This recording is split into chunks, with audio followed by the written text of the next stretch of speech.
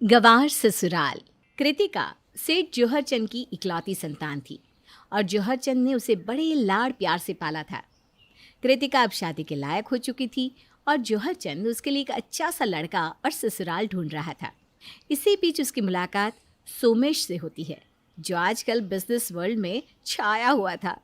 उसके बिजनेस के नए नए आइडियाज़ ने मार्केट में तहलका मचा दिया था। जौहर चंद जब सोमेश से मिले तब उन्हें देखकर उसे अपनी बेटी की शादी याद आ गई। नमस्ते बेटा, मेरा नाम जौहर चंद है। तुम तो जैसे छा गए हो मार्केट में। बस ये तो मेरे माता पिता का आशीर्वाद है अंकल। उन्होंने बहुत मेहनत से मुझे इस मकाम तक पहुंचाया है। अब तो बस मुझे उनकी ख्वाहिशों को पूरा करना है। तुम्हारे विचार बहुत अच्छे हैं बेटा। तुम शादीशुदा हो? नहीं अंकल, पर अब मेरे माता पिता भी मेरे लिए लड़की ढूंढ रहे हैं। अरे वाह, ये तो बहुत खुशी की बात है। मैं तुम्हारे माता पिता से मिलना चाहूँगा बेटा। हाँ अंकल, आप कभी भी घर आ सकते हैं। सोमेश को मिलने के बाद जौहर चंद को बहुत अच्छा लगा, इसलिए वो दूसरे ही दिन सोमेश के माता पिता से मिलने उनके घर चले गए। पर जब वो वहाँ पहुँचे तो उन्होंने देखा कि उनका घर तो बहुत ही साधारण सा था। घर में लकड़ी की पुरानी कुर्सियाँ और कमरे में पुराने बिस्तर के अलावा कुछ नहीं था। नमस्ते, मेरा नाम जौहर चंद है। हाँ जी, सोमेश ने हमें आपके बारे में बताया था। आप यही सोच रहे होंगे ना कि एक इतने बड़े बिजनेसमैन का घर इतना साधारण कैसे है। नहीं नहीं, वो बस यूं ही। हमने सोमेश की पढ़ाई में और उसके नए व्यापार में सब कुछ लगा दिया। उसके पापा की जितनी जमा पूंजी थी वो सब हमने सोमेश के व्यापार में लगा दी। और अब तो सोमेश बहुत अच्छा कर रहा है।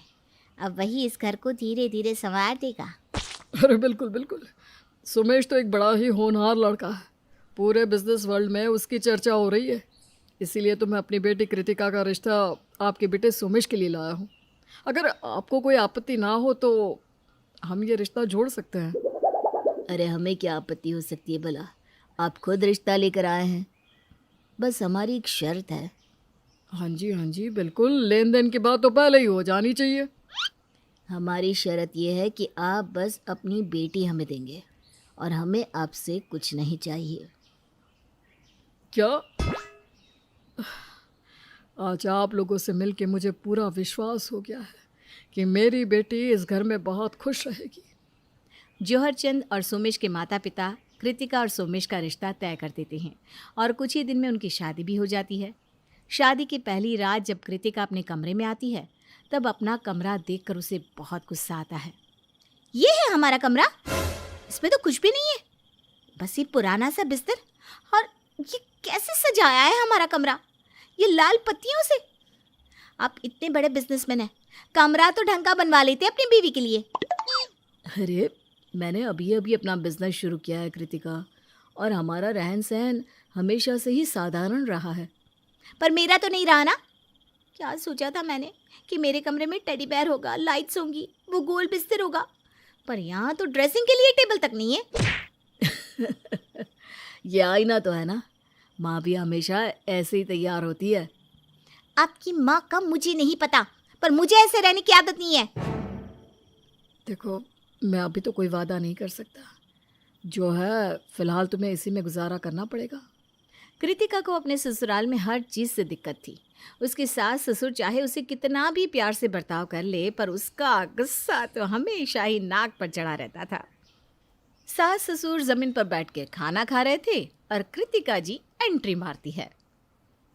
अरे रे, ये आप दोनों क्या कर रहे हैं? खाना खा रहे हैं बहू, आओ ना तुम भी हमारे साथ बैठो। मुझे ऐसे ज़मीन पर खाना खाने की आदत नहीं है।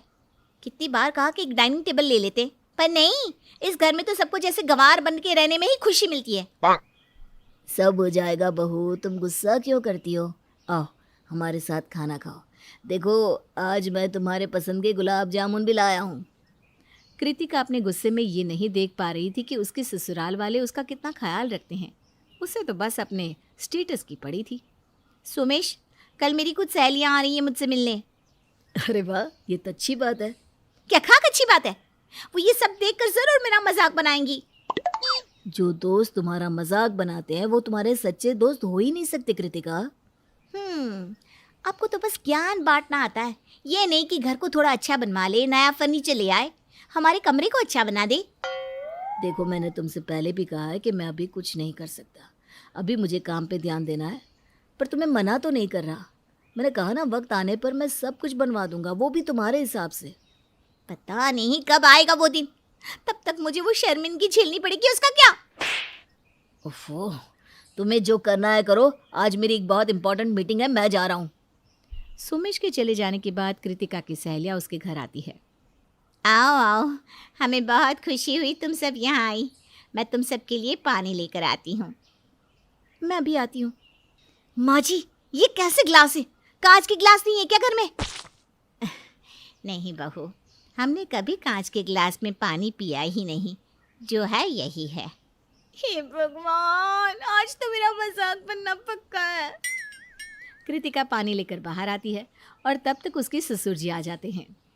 बहू, ये देख, मैं तेरी सहेलियों के लिए समोसे, पकोड़े और पुदीने की चटनी भी लाया हूँ। समोसे नहीं अंकल जी, हम समोसे नहीं खाते। हाँ, और पकोड़े कौन खिलाता है मेहमानों को? कृतिका, तेरे ससुराल वालों को पिज्ज़ा बर्गर के बारे में नहीं पता क्या? अरे कहाँ से पता होगा, उन्होंने सोफा तक तो घर में रखा नहीं, ये तो पलंग रख दिए और तू पिज्ज़ा बर्गर की बात कर रही है। कृतिका, तूने कुछ सिखाया नहीं अपने ससुराल वालों को? तू तो बड़ी स्टाइलिश बनकर घूमती थी, अब क्या हुआ? वो ना बस। कृतिका को पहले से ही अपने ससुराल वालों पर गुस्सा था और अब तो उसकी सहेलियों ने जिस तरह उसका मजाक बनाया था, उससे उसका गुस्सा और भी ज़्यादा बढ़ गया था। कितनी बार कहा मैंने कि चलो कुछ सामान ले आते हैं मॉल से। नहीं, लेकिन इस घर में तो मेरी किसी को सुननी ही नहीं है। क्या है ये? जब भी घर आओ किसी न किसी बात पर गुस्से में ही रहती हो। आज मेरी सहेली आई थी, कितना बेइज्जत महसूस हो रहा है मुझे, पर आपको इससे क्या? कृतिका, इस घर में सब स्टाइलिश नहीं, पर तुम्हें किसी चीज़ की कमी है ऐसा भी तो नहीं है ना?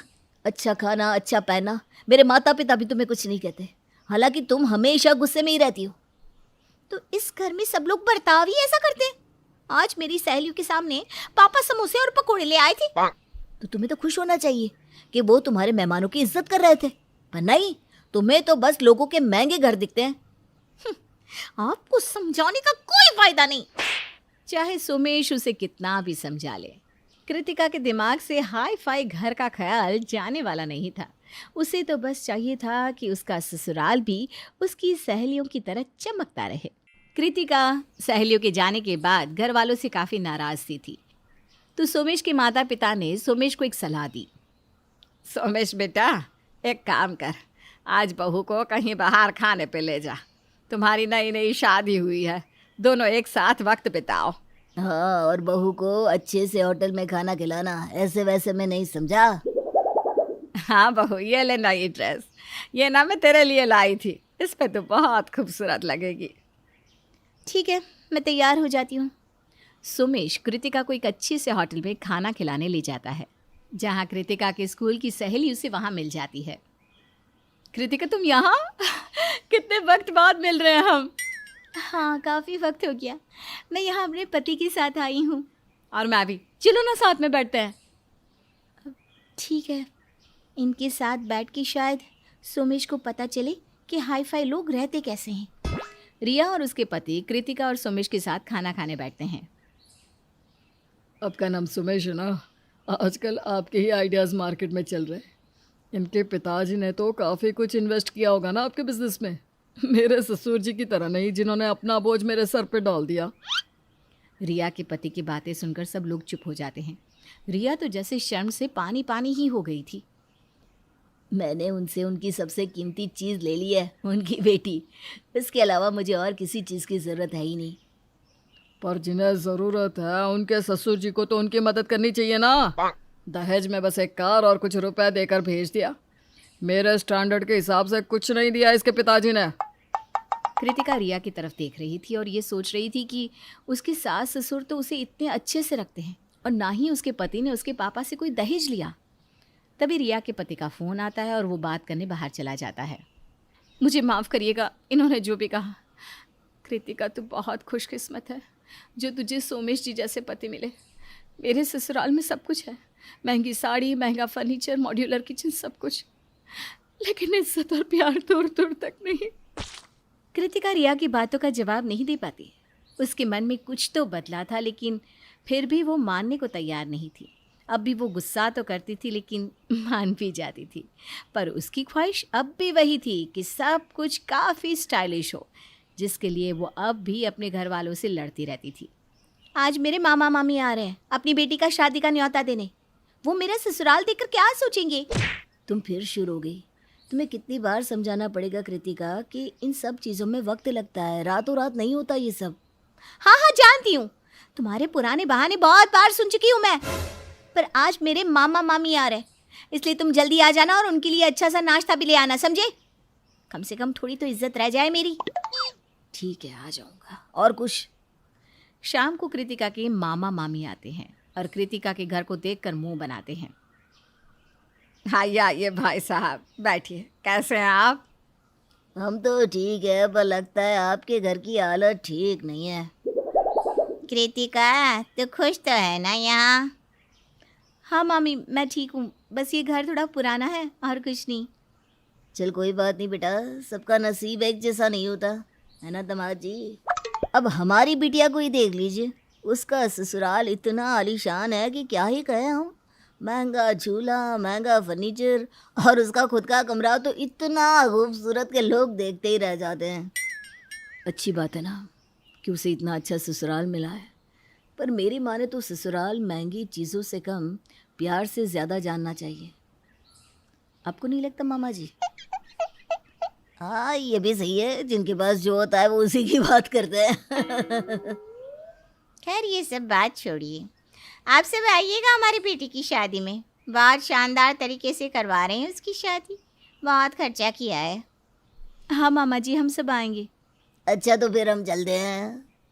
मामा जी के जाने के बाद कृतिका रूठकर अपने कमरे में चली जाती है, क्योंकि उसके मामा जी के सामने उसकी बेइज्जती हो गई थी। पर सोमेश जैसे तैसे करके उसे मना लेता है। चलो चलो, सब लोग, देर हो रही है। कृतिका कहाँ हो तुम? टैक्सी आ गई है। हाँ आ रही हूँ। पता नहीं हम अपनी कार कब लेंगे। बहू, अब ये बातें छोड़ो, टैक्सी में बैठ। शादी में जाने के लिए देर हो रही है ना। हाँ हाँ चलिए। कृतिका अपने सास ससुर के साथ शादी में पहुंचती है और कृतिका सबको ढंग से पेश आने के लिए कहती है। माँ बाबूजी, यहाँ बहुत बड़े बड़े लोग आए हुए हैं, इनके सामने प्लीज़ अच्छे से पेश आइएगा। सब स्टाइलिश लोग हैं यहाँ। हाँ हाँ बहू, तू चिंता ना कर। कृतिका, तुम कुछ ज़्यादा ही सोचने लग जाती हो। हम सब सही ही पेश आते हैं। ठीक है ना? चलिए मामा मामी से मिलते हैं। कृतिका अपने पति और सास ससुर के साथ मामा मामी से मिलने जाती है। अरे अच्छा हुआ तुम आ गई कृतिका। आओ, मैं तुम्हें अपने दामाद से मिलवाती हूँ। आप सब भी आइए। दामाद जी, ये देखिए, ये है हमारी भांजी कृतिका और उनके पति सुमेश। अरे सर, आप यहाँ? ये आपके रिश्तेदार हैं? हाँ, ये मेरी पत्नी के मामा जी हैं। आप इन्हें जानते हैं दामाद जी? अरे ये मेरे बॉस है, इनकी कंपनी में तो जॉब करता हूँ मैं। इनकी वजह से तो इतना अच्छा घर बनवाया है मैंने, और इनका घर तो मुझसे भी अच्छा बन गया है ना सर? आपने जो नया घर बनवाया है उसके बारे में भाभी जी को बताया या नहीं? अरे तुमने तो मेरा सरप्राइज ही खराब कर दिया। ओ सॉरी सर, पर आप यहाँ आए मुझे बहुत अच्छा लगा। ये आपके माता पिता हैं? दुल्हा सुमेश के माता पिता के पांव छूता है। आपकी वजह से आज सर इतना बिजनेस खड़ा कर पाए हैं। मुझे भी आशीर्वाद दीजिए कि मैं इनकी तरह आगे बढ़ पाऊँ और अपने माता पिता का नाम रोशन कर पाऊँ। कृतिका के मामा जी ये सब देखकर शर्मिंदा हो जाते हैं। मुझे माफ़ कर दीजिएगा, मैंने अहंकार में आकर न जाने क्या क्या कह दिया। कृतिका बेटा, सच में तुम नसीब वाली हो कि तुम्हें इतना अच्छा ससुराल मिला है। बिल्कुल सही कहा आपने मामा जी, मैं बहुत नसीब वाली हूँ कि मुझे ऐसा प्यारा ससुराल मिला है। अब चले हम, हमारी नई कार और नया घर हमारा इंतज़ार कर रहे हैं। हाँ माँ बाबूजी, चलिए हमारे घर में चलते हैं। और मैं आप दोनों से भी माफ़ी मांगना चाहती हूँ, मैंने गुस्से में पता नहीं आप दोनों से क्या क्या कह दिया। अरे कोई बात नहीं बहू, अब तो तेरा सपना पूरा हो गया ना। अब तो उस नए घर को अपने हिसाब से सजाना, ठीक है? हाँ, पर मैं समोसे और पकोड़े लाना नहीं छोड़ूंगा। हाँ। चारों खुशी खुशी साथ में घर जाते हैं।